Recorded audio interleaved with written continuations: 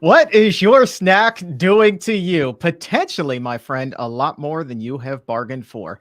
Welcome to the Exam Room Live, brought to you by the Physicians Committee. Hi, I am the weight loss champion, Chuck Carroll. Thank you so very much for raising your health IQ with us in more than 150 countries around the world, making this not only one of the healthiest podcasts anywhere on the planet today, but one of the most consumed podcasts out there as well. So we appreciate you taking a little part of your day and spending it here with us. So there's a new study that is out, and it looks at ultra processed foods and how they can actually lead to premature death, right? There's a study out of Brazil that shows that 10.5% of people between the ages of 30 and 69 have died as a result of eating things like potato chips or Chips Ahoy cookies or those little powdered donuts that are so popular.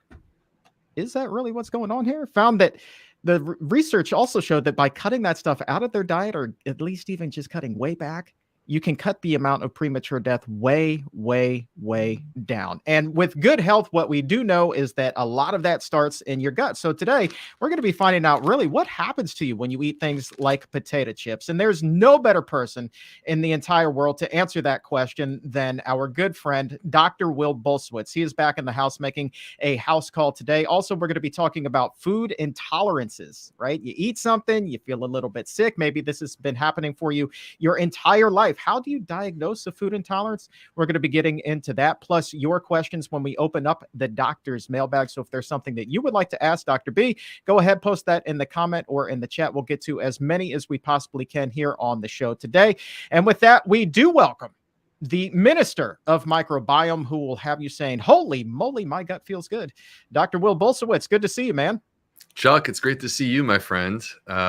It's interesting. You introduced me as no one more qualified to talk about the bag of chips. And I thought to myself, that's kind of true, because I've spent the majority of my years really, my diet was an ultra-processed food diet. That's what I was eating for the majority of my life. And so I'm quite familiar with all those different types of bag of chips and hot dogs and things like this. And it's really by transforming my diet and eliminating those particular foods that I was able to get my health back. And so I'm excited to talk about it. And that's what makes you so relatable to everybody that you work with, all the patients that you see, everybody that goes through your courses, is because you're not just the doctor, you're one of them. You've been there, you've done that. You're talking from experience and science and education. So to me, sir, that makes you a pretty good package to learn from. So let's talk about this study here before we get into the gut here. Again, 10.5% of premature deaths caused by eating things like the potato chips and the cookies, right? The thing is, here's what really alarms me. We talk a lot about the standard American diet. Well, in Brazil, Dr. B, I don't know if you know this, for this particular study, 20% of their intake, and that was on the high end, 20% of their daily caloric intake was coming from things like cookies and chips and ultra-processed foods. Here in America, though, good old US of A, estimates show as much as 60% of our calories come from these ultra-processed foods. So you're talking about a number like 10.5% in Brazil, and we're eating 3 times the amount of ultra-processed foods here in the US. What does that say for our health overall, man? Well, I think that this study is a window into our understanding of the effect of ultra-processed foods on our health. Now, this is not the first study to raise concerns about the connections between ultra-processed foods and some of our most dangerous diseases. So like the number one cause of death is cancer. We have studies connecting ultra-processed foods. I'm sorry, the number one cause of death is cardiovascular disease. We have studies connecting ultra-processed foods to cardiovascular disease. The number 2 cause of death is cancer. We have studies for that. Stroke, diabetes. You could go down the line, Alzheimer's. So this is not the first study to go there, but it's interesting for us to consider this within the context of our understanding of ultra-processed foods, because we're looking at a country, Brazil, that is in the process of transforming. And this has been taking place as they modernize their economy and they become more of a commercial power. And they've changed their diet as a result of this. We see it, by the way, happening in many countries as the standard of living increases. They start to gravitate towards these types of foods. I mean, frankly, American culture has some negative side effects across the globe as they start to become more like us. In this particular study, Chuck, the consumption of ultra-processed foods was 13 to 21%. That's what they were looking at. So out of their calories, 13 to 21% of their calories were coming from ultra-processed foods. You mentioned this already. In the United States, we're looking at about 60%. We're looking at something north of 50% in all the major English-speaking countries across the globe. So the UK, Canada, Australia, all heavy consumers of ultra-processed foods, all more than 50% of calories coming from ultra-processed foods. In Brazil, this change is recent. They weren't eating this way when I was a kid in the 80s. They started eating this way recently. And yet we see this dramatic benefit to cutting down on ultra-processed foods, even though it's only 13 to 21% of their calories, and a recent addition or change to their diet, as opposed to in the States where, frankly, being born in the 80s, I was born in 1980, like I was raised on this food. Like Kool-Aid was what I drank as a kid. Doritos are what I ate. And so I think that this is just yet another sort of shot across the bow where we need to open our eyes, we need to wake up, and we need to acknowledge that it's not just, this is just being true. It's not just the absence of animal products that's important from a dietary perspective. That is an improvement in our diet. However, we need to also be conscious of the ultra-processed foods. And I say this for everyone, but that also includes the people who eat vegan and yet eat a very sort of junk food vegan diet. I really want to see people transition towards a more whole food plant-based diet. Oh man, I too am a product of the 80s. I finally remember Kool-Aid, and I also remember the Kool-Aid's rival, which were I think it was called jugs, and they would come in these little plastic barrel-looking things, and it was just filled with really food coloring, sugar, and water. And I mean, it was just like the least healthy thing on the face of the earth, man. But I mean, that's just what it was back in the day. That's absolutely totally what it was back in the day. So when you eat something, the first stop is the gut. And what I have learned from having you on the show so many times over the years now is that so much of our overall health really is controlled by what's happening with our gut. So if I were to eat, say, a whole sleeve of these here cookies, what's going to happen to my gut? Break it down for me. Well, I think the important thing for people to understand is that anything that you put into your mouth is ultimately going to come into contact with your gut microbes. And so as a result of that, we know from studies, for example, there was a study published in Nature Medicine in the year 2014. The author, his name was Lawrence David. He's at Duke University. In this study, they put people on two very contrasting diets, a completely plant-based diet and a completely animal product-based diet, meaning meat, dairy, and eggs. And they checked their microbiome on a daily basis. One of the major findings from this study was that in just 24 hours, there were already changes to the gut microbiome. So our food choices, whatever it is that we choose, ultimately is going to impact our health. Now, I am not here to advocate for the perfect diet because, frankly, I don't believe that that actually exists. I'm here for us to strive towards progress and doing better. I've had Chips Ahoy. I might have some Chips Ahoy today. But I think that really what it's about is trying to move our choices towards something that is more predominant or more focused on plants because they come in whole food form with the absence of the colorants, the emulsifiers, other food additives, the preservatives. And in addition, when you create these ultra-processed foods, you basically are taking something that originates with a food, we call it a food matrix, which basically means the structure of the food, the way that you would consume it if you were to harvest it from your garden. We're taking that and we're changing it. So like what starts as wheat is not the same thing when it emerges as flour. And you break it down into these deconstructed ingredients. And in the process of this, you're actually stripping away the fiber, throwing the best part of the plant into the trash. And what's left over is this ultra simplified form. Again, like the example would be going from wheat into flour, this ultra simplified form that it doesn't behave the exact same way as it did before. It may share some characteristics of what it was, but it has clearly changed, and it has changed in a direction that actually is not beneficial to our health. So what starts off as being healthy ends up being, at a minimum, less healthy. And that's before we start adding in these preservatives and additives and food colorings and things of this variety. This is unfortunately the creation of ultra processed foods.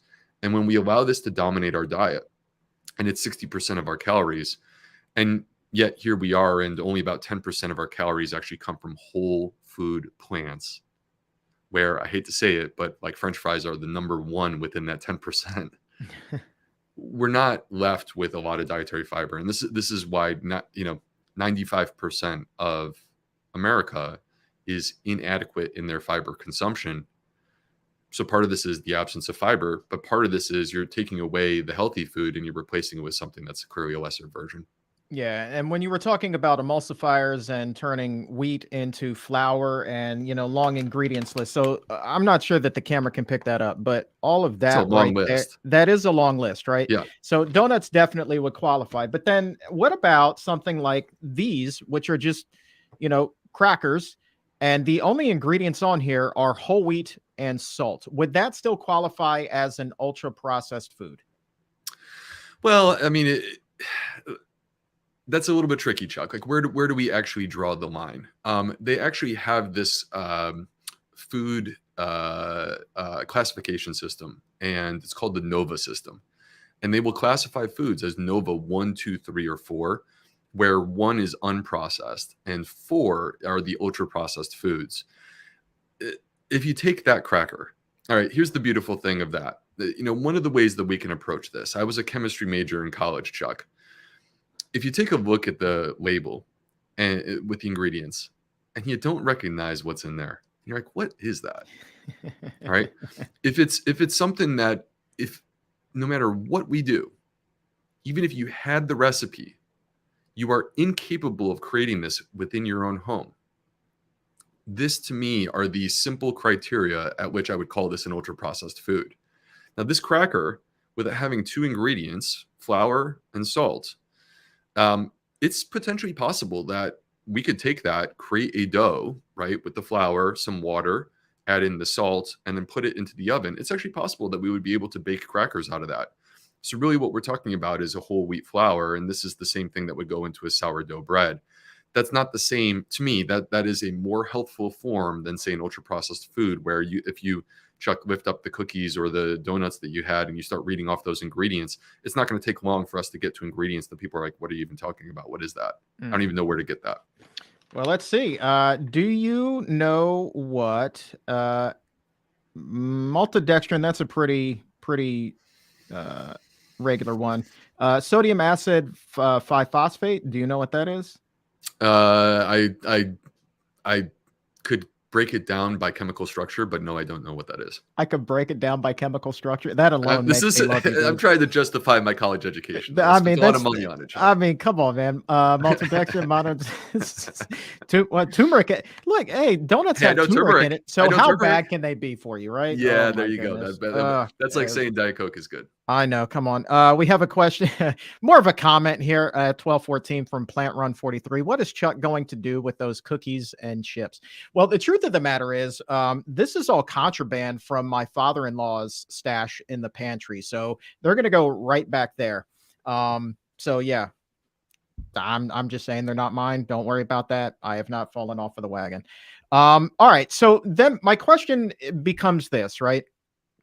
If we are to replace all of these ultra processed, ultra unhealthy foods with complete whole foods, like you go to that other end of the spectrum, I mean, what then are going to be the lower, rates of things like colon cancer, prostate cancer, things that you probably saw a lot of in your practice? Well, we're clearly going to reduce our risk. I mean, I think that the evidence is clear when it comes to that. And one of the examples that we could use is we could look at my favorite fiber study of all time. I often cite this study, and the part of the reason why I go to it is because it's so comprehensively done, and it is the type of research that anyone can agree on and stand behind. Because essentially, this is from Professor Andrew Reynolds, who's from New Zealand, by the way. They compiled all of the available data on dietary fiber into a systematic review and meta-analysis. This was, by the way, published in The Lancet, which is one of the top medical journals out there, in February of 2019. And when they do this systematic review and meta-analysis, the advantage of this is the intent is to eliminate bias. So basically, they're going out there and they're saying, we're going to collect all of the available information and we're going to put it into one place. The studies that say that fiber is great, the studies that say that fiber is completely worthless, the studies that say that fiber is actually causing harm to your body. Let's put it all together and let's see how this all shakes out. What does it say? And when they did this, they actually had like literally, Chuck, over 130 million years of information from human beings. Think about that, 130 million years of information from human beings in one study. And what they discovered is specifically related to cancer, that when people consume more dietary fiber, they reduce their risk of cancer. Now, specific to colon cancer, there was a reduction detectable in colon cancer alone, which is more challenging to find because you have to have enough data to prove it, statistical power. And they did. They not only showed that by consuming dietary fiber, you reduce your risk of developing colon cancer, but they also had a dose-response relationship, which really adds to the strength of this discovery, because basically what they're saying is if you do 10, 15, 20, 25, or 30 grams of fiber per day, as you move up that scale of fiber, you are actually progressively reducing your risk of developing this dangerous disease, which is the #2 cause of cancer death in the United States. They also found reduced risk of breast cancer, reduced risk of esophageal cancer. I don't know if they specifically looked at prostate cancer, but what we could do is we could dig into the data and look at prostate cancer. And for example, the first thing that I would come to is talking about the risk of developing prostate cancer with the consumption of dairy products and how we could potentially reduce our risk. So when we move towards a more plant predominant diet, it doesn't have to be plant exclusive, but a more whole food plant-based diet, as we move in that direction, we're leveling up. We're leveling up. Yes, we are increasing our dietary fiber, but we're getting so much more than that too. We're getting these foods, their abundant colors, the polyphenols that come with them, the vitamins, the minerals. You mentioned turmeric. Turmeric contains a phytochemical called curcumin. We're getting the phytochemicals too. We get all of these beautiful things that basically nature provided to us to heal and nourish our body, to support a healthy microbiome, to reduce our exposure to disease. It's not a perfect thing. I would be lying if I sat here and said that this is the cure-all to all of our problems. That would not be true. But what it is basically you're optimizing your risk. You're reducing your risk. So we do have certain risks that exist based upon our genetics, based upon growing up in the United States, based upon prior exposures, based upon our lifestyle. These things are different than just specifically what we eat. But when we eat well, we are helping to basically move our health in the right direction. Right on. All right. So let's go ahead and open up the doctor's mailbag, start answering a lot of your questions. You guys are sending in a ton of them today. So thank you for that. Go ahead and drop yours into the mailbag by posting it in the comment or in the chat. I want to start with a couple of fun little shout outs. Number one, Chris posted this one at 11:50. It's been starred here. Kind greetings from the happiest 61-year-old girl in Hamburg, Germany. My first birthday as a whole food plant-based eater is coming soon. Thanks to Dr. B. That's pretty cool, man. That's very cool. And I think that also is a testament to the power of what we're doing here at the exam room, Chuck. I mean, it just feels really nice to know that there's a person in Germany who's hanging out with us right now. And also like their life has been changed as a result of this. I mean, that to me is what it's all about. I love it so much. We got a heck of a story to share toward the end of the show to that end, by the way. We also have a question or a comment from Regina at 11:55 says, this is my first live. All right. Thanks for being here. Excited to be here. Just got Dr. B's cookbook. It is packed. Thank you for addressing food intolerances and fear of food. That's been with me for years. Been whole food plant-based for 5 years. That's another success story right there, my man. 5 weeks, she said. 5 weeks. My bad. Yeah, that's okay. But weeks, no. 5 years, whatever. It's all good. She's joining the party. And, this to me is what it's really about. For people who are here who haven't been with us before, first of all, I'm glad that you're here. And the message is not, don't put too much pressure on yourself to be something or defining what you are at the end of the day, what you are at the end of the road. Just take it one day at a time and set very realistic expectations for yourself that you actually can accomplish, and then feel good about yourself when you do that. So this to me is the philosophy of progress over perfection, where 5 weeks, I literally said this in the book, I am your biggest fan. I am so excited for you. You are doing a great job. Right on. Okay, so let's take a question here from Joni. Sent this one in on Instagram a little bit earlier. Quick little change of pace. Wants to know if you can repopulate your gut with new or missing microbes. So Joni specifically was talking about eating a really unhealthy diet for a really long time. So what are the odds that you can repopulate down there with some really healthy microbes? Well, there's research, Chuck, that we have where people increase the diversity within their microbiome. Now, here's what we don't know, and it's the limitation of our testing. And this is, by the way, forgive me, everyone, for being a nerd here, but I just want to make sure that I properly characterize this. So, when we run a test looking at the microbiome, there's sort of a lower limit of detection, meaning that like we can only detect at a certain level. And it's possible that the microbes end up sort of being invisible or incognito, where they're still there. They're just below that limit of detection that we have with our laboratory technology. And so they could potentially spring to life if we properly nourish them. So we don't know whether we're actually repopulating the microbiome or just springing to life these sort of dormant incognito microbes.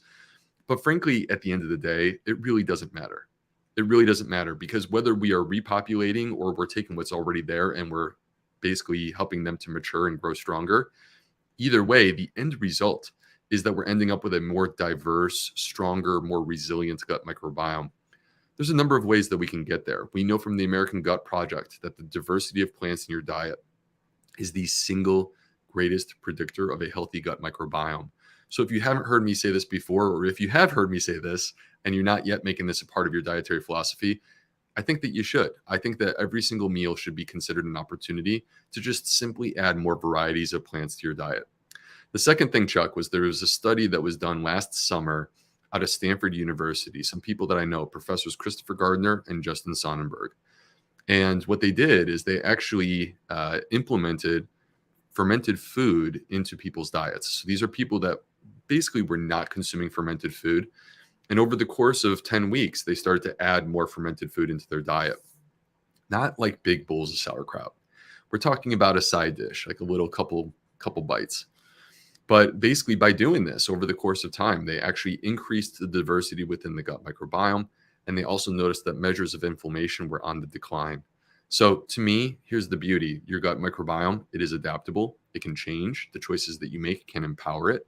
You can add more diversity. You can restore functionality.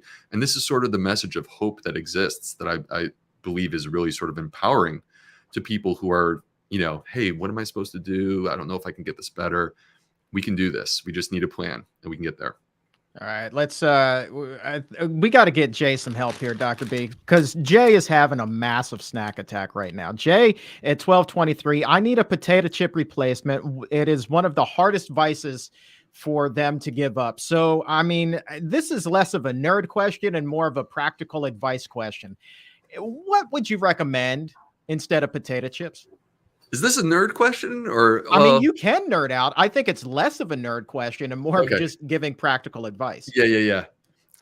Chuck, I want to hear. I'm gonna kick this back to you in a second because I want to hear what your thoughts are. Because I'm sure. I mean, look, we're all human. And by the way, let's go to the comments section. Yeah. You guys who are here watching live, and drop into the comments what you would do to replace chips. Okay, so I'll give you my answer. My thought is this: there's a couple things about chips that we enjoy. One is the crunchiness. One is, I think, the fat content, honestly. And one is the salt. Now, do we really need the salt? I think that the answer is no. When we get used to eating a more whole food diet, your desire to consume excessive amounts of salt will diminish as you move on to a more healthy diet. So let's put the salt to the side. Let's talk about crunchy. Let's talk about the fat content. Here's what I would propose. We want crunchy food. How about carrot chips? We want something that's delicious and has that fat content. How about hummus? Or you could do a muhammara. A muhammara is conceptually similar to hummus, but it's made with walnuts. By the way, that was a recipe in my first book, Fiber Fueled, and people seem to really love that recipe. You make it with walnuts and also red pepper, so it comes out looking kind of red, but it has that creaminess and it's delicious. Now, for me, like, I don't really miss the salt when you give me the garlic. So I'm starting to salivate as I'm talking about this. Give me the garlic hummus. I want the like sprinkle of the garlic on top. Give me the garlic hummus. Give me some carrot chips. Or I could cut up some other vegetables. Get that crunchiness. The crunchiness, by the way, comes from the fiber. That's how you win. Chuck, what would you do? Give me the garlic hummus. Yeah, I mean, I would. Lay off me. I'm starving. I mean, excellent pull. So yeah, that would actually be my go-to. Would be carrots and hummus. Love it. Eat them almost every day. I eat the rainbow carrots. You know, it's got the yellow in there. It's got the orange, the white, and of course Yeah. the purple. So a little bit of diversity there. I love that. But I've also been on a roasted broccoli kick. So lightly roasted, so it still has a lot of that crunch to it. And then you can do hummus with that, or you can eat it plain. Either way, it's absolutely delicious. Just throw it in the air fryer for a hot second, and it comes out, and it's oh my gosh, it's so good. So that's a really good option. You could do like a toasted pita if you're still looking for something quick and easy. And just get one with the minimal ingredients. And there's your crunch there. You can, again, go to the hummus or even salsa if that's your gimmick. So if you get a plain pita and then you just dip that in the salsa as opposed to a fried tortilla chip, odds are you're going to be in better shape there as well. So those are kind Salsa, guac. yeah, dude, We're guac. talking about it. And I see a couple of people now in the chat. At least one of them mentioned peanuts. So one of the things that I'll do, and you got to be careful with these, especially with me, just because I mean, you know, there's still a big part of me that's a big guy inside. So I try not to overdo it with nuts, but I will have some peanuts, and then I'll just throw in some raisins and do like a poor man's trail mix, and it is off the charts good. And then sometimes you sprinkle a couple of peanuts inside of a date. It doesn't even have to be peanut butter. You just put the peanuts inside of that date and you go to town. And let me tell you something, flavor country. Flavor country. So good. So good. Sorry, I lost my mind. I blacked out for a second there, Chuck. You got me. Man, look, if you haven't tried it, I'm telling you, do it tonight and your life may change. Absolutely. I apologize for losing my professional stoicism, but you got me there. Thank you. Someone mentioned, by the way, Tofu Tuesday mentioned celery and peanut butter, and I think that's a nice touch too. It's got the crunchiness. It's got the And when I was a kid, we used to eat ants on a log. Going back to the 80s, this was probably the healthiest thing that I ate in the 80s. Seriously, it was, celery, peanut butter, and raisins on top. I'm sure most parents are familiar, but just in case. But that's not bad though, right? Because then you get that little bit of a sweet with that crunch, like that was a really good snack. Even if like right after that, you're diving into the bag of chips, at least you had the ants on the log, right? There's something to be said with that. Totally. Yeah, man. All right. So let's go ahead and answer some other questions. What do we have here? Can we talk about food some more? I want to we'll prioritize the food questions. Sorry, Dr. B is losing it over here. Every time, Dr. B, you're on the show, somehow, some way, sauerkraut comes up. So let's take a question from David at 1223. Does heating freshly packaged sauerkraut kill the beneficial probiotics that it contains? Yeah, it does. I mean, so the same would be true with sourdough bread, for example. So when we have to bake the bread, or we're gonna cook it at some point. And when you do that, you are destroying the microbes. But there's a couple of things that are kind of interesting. First of all, through the fermentation process, the microbes have already transformed the food. The food is different, whether the microbes are there and a part of it or not. The food is now different. They've actually released the microbes, much like when they come into contact with fiber in your gut and produce short chain fatty acids. These microbes that are a part of this ecosystem that is transforming the food, they're releasing bioactive compounds or peptides that can actually have health benefits. And that's part of what you get within the sauerkraut. The acidity that you have, those are the acids that are produced by these microbes. There's the suggestion that those are beneficial, much like we find that vinegar is beneficial for metabolic diseases, which of course, vinegar, it comes from fermentation. And then the last thing that I will say, Chuck, I don't know how you prove this with fermented food. I don't know that you could, because it's nearly impossible to separate the microbes from the food. But Chuck, in the probiotic world, there actually is the idea of treating, they call it tyndalizing, where they will treat the microbes in a probiotic and actually heat treat them so that they're no longer alive. And believe it or not, when they do that, the probiotics still seem to work. Hmm. And so it sort of raises the question that, like, if you take the sauerkraut and you heat treat it, would you be ruining the nutritional value? And I think that the answer from my perspective is there is still a tremendous amount of nutritional value. And it's even possible that those probiotics are still active in terms of providing the benefits.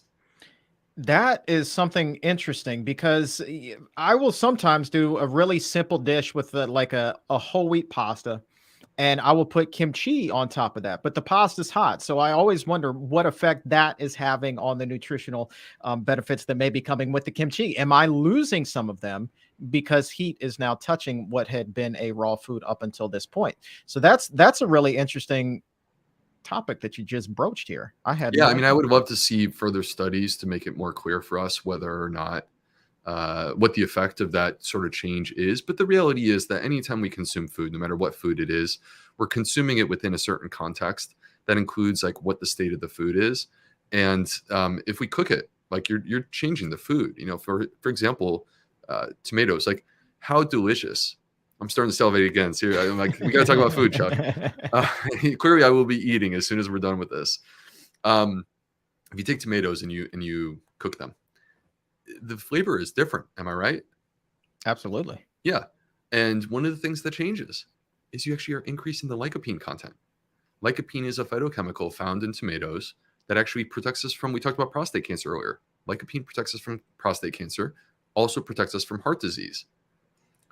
Cooking the tomato transforms the food. It becomes slightly different. The same would be true with fermented food. So this is just sort of something that's par for the course whenever we're talking about our food. However you eat the food, in whatever form you eat the food, it's going to nourish your body in a certain way. And if you were to cook it or transform it in some way, it's going to be a little bit different. Josh K, can't believe I just caught Dr. B live. This is awesome. All right. Well, Josh, Boom. thanks for Josh, hanging out, what's man. up? This one is not starred, but it has come across my desk here. 1232, Kimberly Alexander. How does erythritol affect gut health? You see that in a lot of items now. Yeah. So first of all, people who have digestive health issues, you need to be, before I even answer the question, let me just say that erythritol can actually exacerbate digestive health problems. And what I mean by that is it can cause bloating, gas, diarrhea, things like this. So if you start consuming foods that contain erythritol and you notice those symptoms, just be conscious that it's possible that the erythritol is what's causing that. Now, what's interesting about erythritol among the what we describe as non-nutritive sweeteners, which basically means that they don't contain calories. Most non-nutritive sweeteners, they don't get easily absorbed and they end up in contact with your gut microbiome, and then the gut microbiome undergoes a change as a result of this. What's interesting and unique about erythritol is that it appears to be absorbed by the body. Now, it doesn't contain calories, but it appears to be absorbed by the body before it ever gets to the colon. And as a result of this, it doesn't appear to cause changes to the microbiome.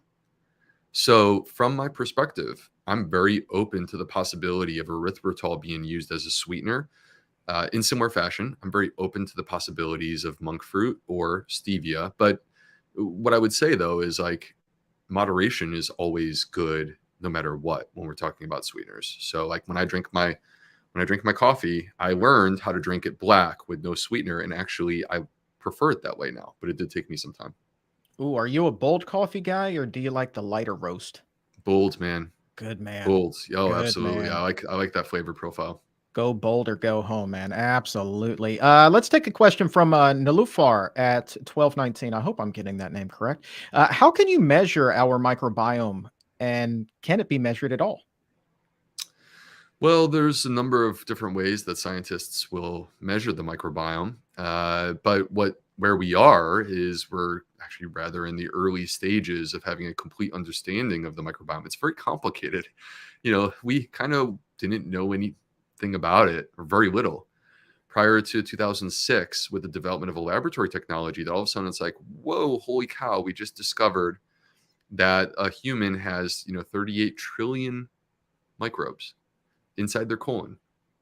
And this could be anywhere from 500 to over 1,000 species. And there's estimates that there are 35,000 different species of microbes across the globe. So like my microbiome is different than yours, Chuck, or to anyone else's. If I had literally an identical twin, we would share less than 40% of the same microbes. That's what the research says.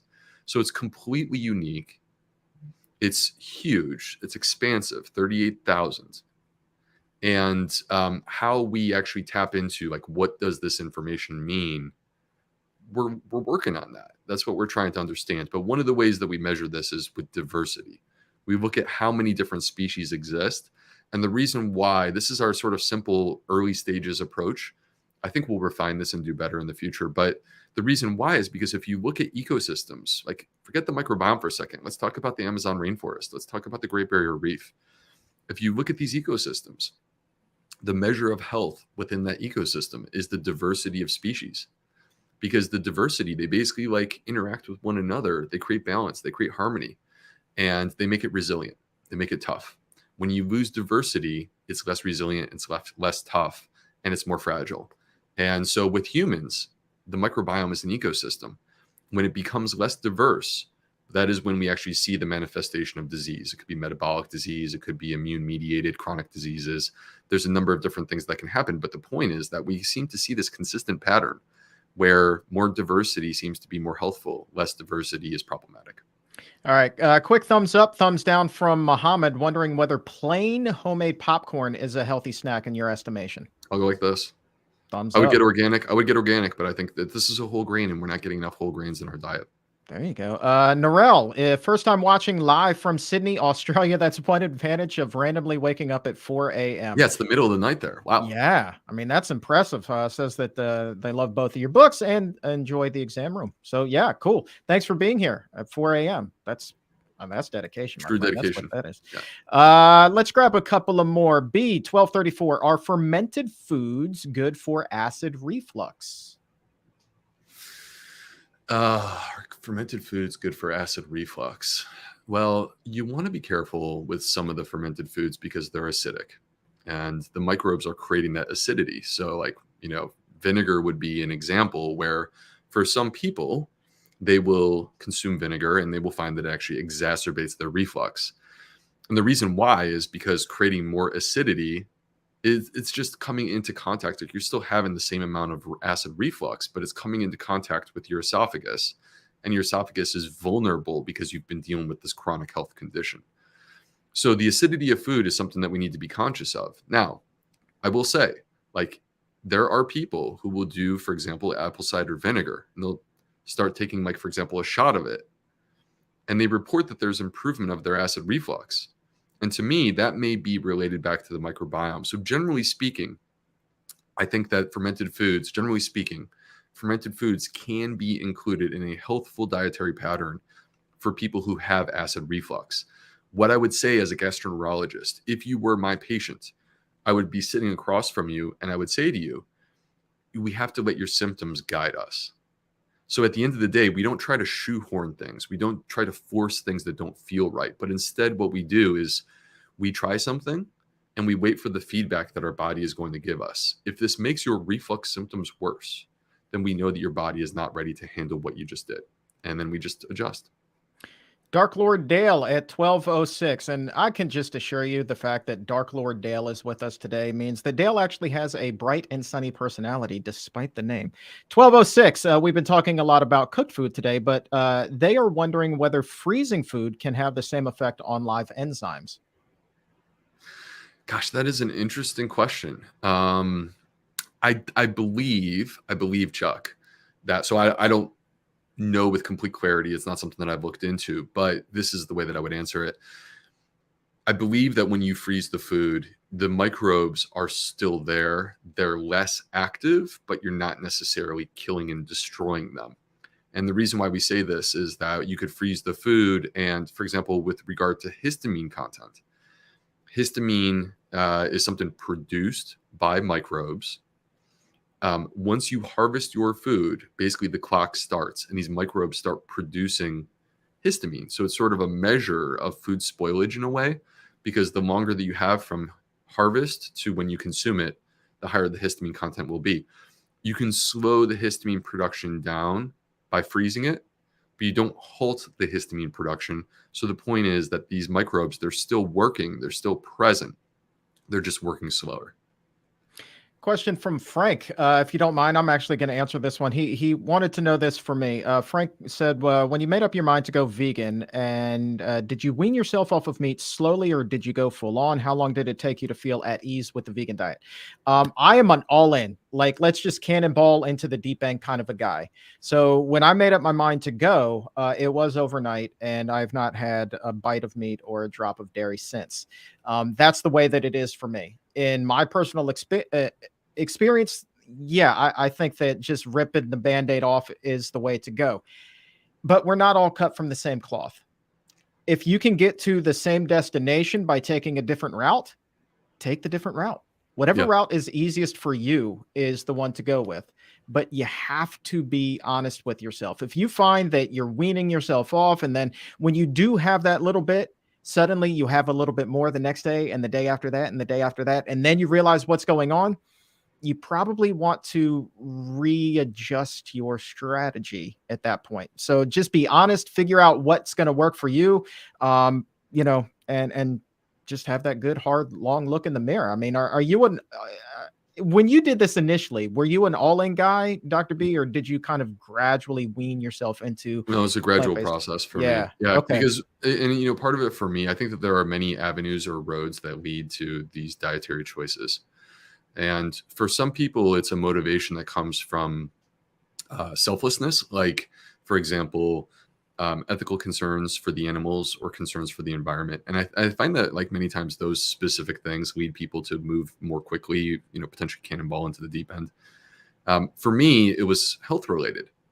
So, and this was like a trial and error thing. Like, is this going to work? Do I want to do this? And it was the discovery over the course of time that progressively reducing my animal product consumption, progressively reducing my ultra processed food consumption and my fast food consumption, and replacing it with whole food plant-based choices. Over time, this really transformed my body. Chuck, we were talking before we came on the air. Today is my wedding anniversary with my wife. And we woke up this morning, we have a tradition in our family.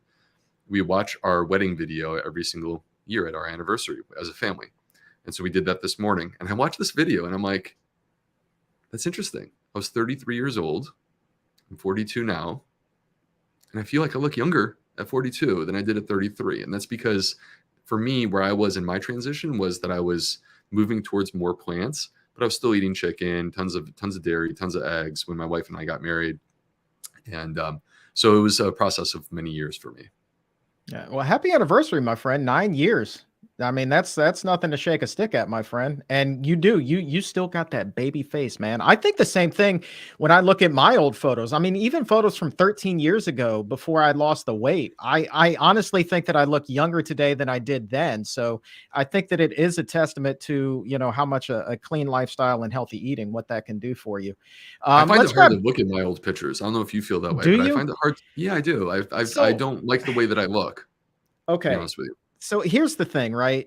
It was hard for me for a long time as well, but then it just kind of dawned on me that when people say everything you did before brought you to where you are now, I really like where I'm at now. And if I go back and I changed one thing, then I may not be here. I really like where I am. So I embrace that old part of me wholeheartedly now. And I appreciate the fact that I was there because it gives me better perspective for where I am today. Is that something that you ever think about? Well, I do think about there's these moments that I feel like this is, I don't know, something that has happened to me through the more recent years where you start to reflect on your life. And there's these moments where something happened and you think about, like, what if that didn't happen? So, like, a quick example, like, we're celebrating our 9-year anniversary with my wife, and I met my wife on eHarmony, and I had paid for a year. Like, it was like January 1st of, I don't know, 2012 or 11. And I paid for a year, and it was like getting to the end of the year. It was like December 15th when I got introduced to my wife through this program. And it was like literally one of the last times that I would ever log into this program, because I wasn't planning to renew after a year.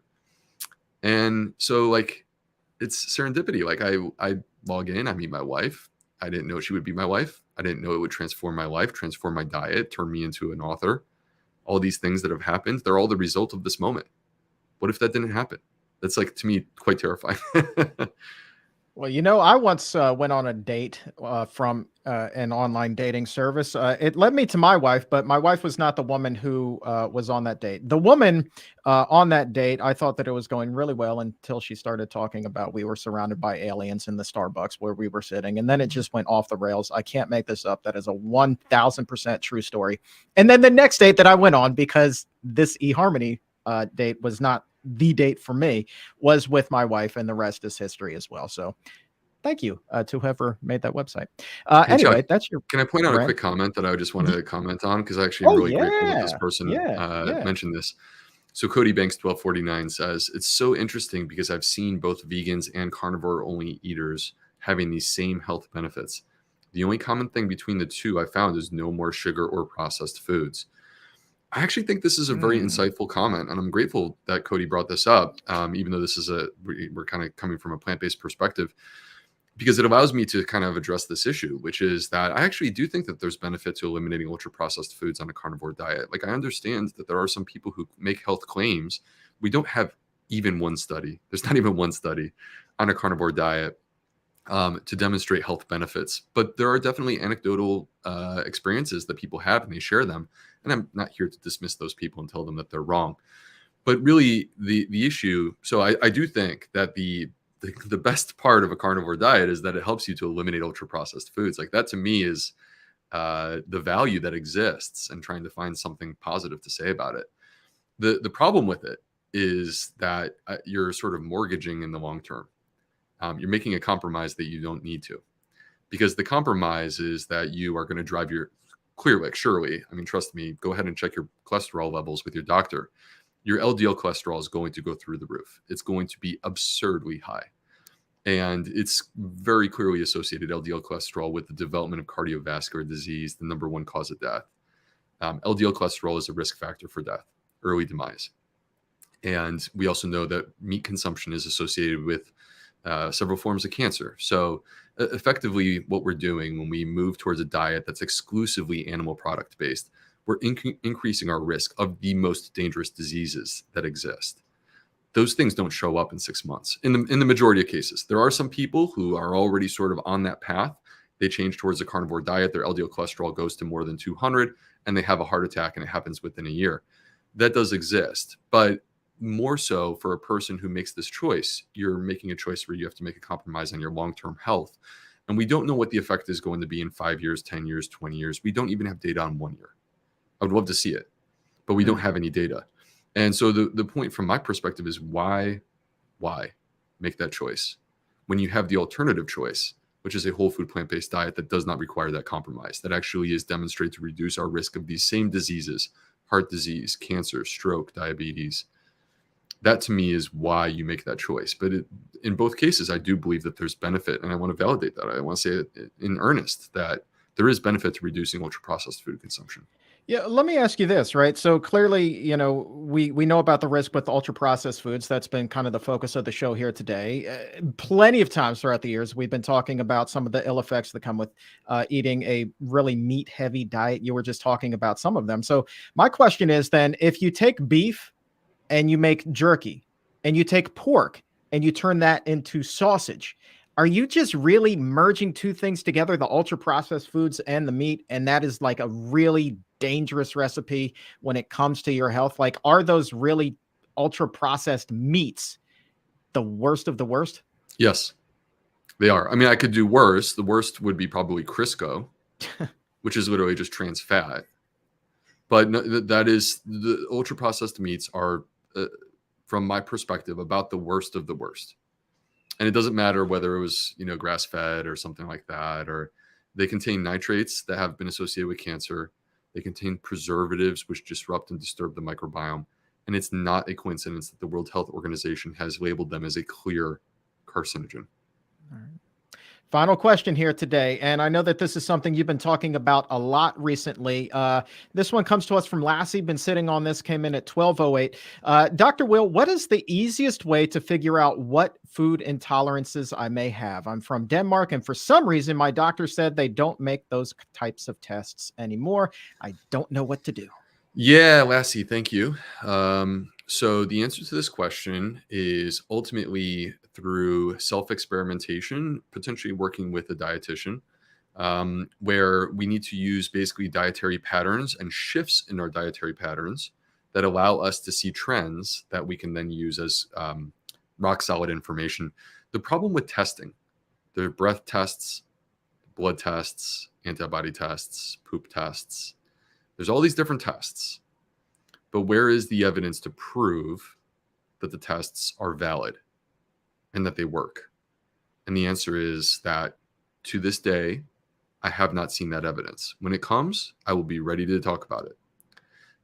So instead, what we want is information that's rock solid, that we can lean into, that we can trust. Rock solid information means temporary, emphasis on temporary restriction, seeing how we feel when we do that. So if you take the food that you're concerned about, could be dairy, or could be dairy, could be animal products, could be beans, whatever it may be. You take that food, you temporarily remove it. You see if your symptoms improve. Then you bring it back in. Do your symptoms get worse?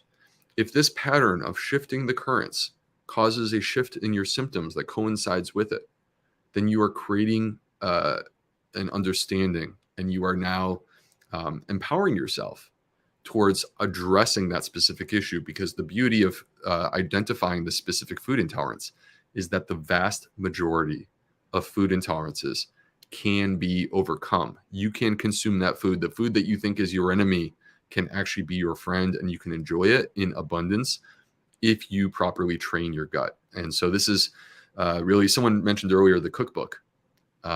So this is really what the Fiber Fueled Cookbook is all about. And this is also, Chuck, I actually just had a series of courses, 3 courses that I did over the course of 4 weeks. The first was on diagnosing food intolerances. The second was on overcoming FODMAP intolerance. FODMAP includes dairy, includes gluten-containing foods. And the third was on overcoming histamine intolerance, which is like classically fermented foods, things like that. And so these 3 courses basically are where I really took a deep dive, going far beyond my books. So the Fiber Fueled Cookbook can be a great place to start. But if you're interested in learning and going beyond that, come to my website, theplantfedgut.com, and you'll find these courses. Message me if you have trouble, and it may be worth checking out. Yeah, they're still available on demand, right? If I'm not mistaken. Yeah, they're available on demand. I have those courses. I'm sort of building out a catalog of courses. I also have courses on constipation, acid reflux, and then I have my Cadillac course, sort of my premier course, which is called the Plant Fed Gut Masterclass, and that's more of a big deep dive, 7 weeks. So all of those are either available by demand now or will be very soon in the future. And if you're interested, just reach out. Absolutely. And there's a link to theplantfedgut.com right now in the show description or in the episode notes for you. So go ahead and give that a click. Raise your health IQ, or as you say, take it next level. I like that too. If we didn't get to your question today, Moj and everyone else, have no fear. We will save it and get you an answer on an upcoming episode. We'll do our best to do that. But Dr. B, man, we are in overtime, so we got to wrap this thing up. But you have been so generous with your time, especially on your anniversary, man. Happiest of anniversaries, my friend. Thanks for having me, Chuck. Thank you, everyone, for being here. Thank you for the active chat. It's always a privilege to see you guys, people in Germany, people in Australia, and across the globe hanging out with us. Thank you so much. The global impact is real. And if you feel like you did raise your health IQ today by a point or two, you enjoyed this video, go ahead and like it and subscribe to the channel if you would be so kind. Dr. B, we'll talk to you again soon, my friend. Thanks so much, Chuck. Thanks, everyone. And thank you to the crew behind the scenes for making the magic happen. And to everyone who was hanging out live in the chat today, you guys are fantastic. Thank you, exam roomies, for making the show what it is. For everyone here at the Physicians Committee, I am the weight loss champion, Chuck Carroll. We'll talk to you again soon. But until then, keep it plant-based.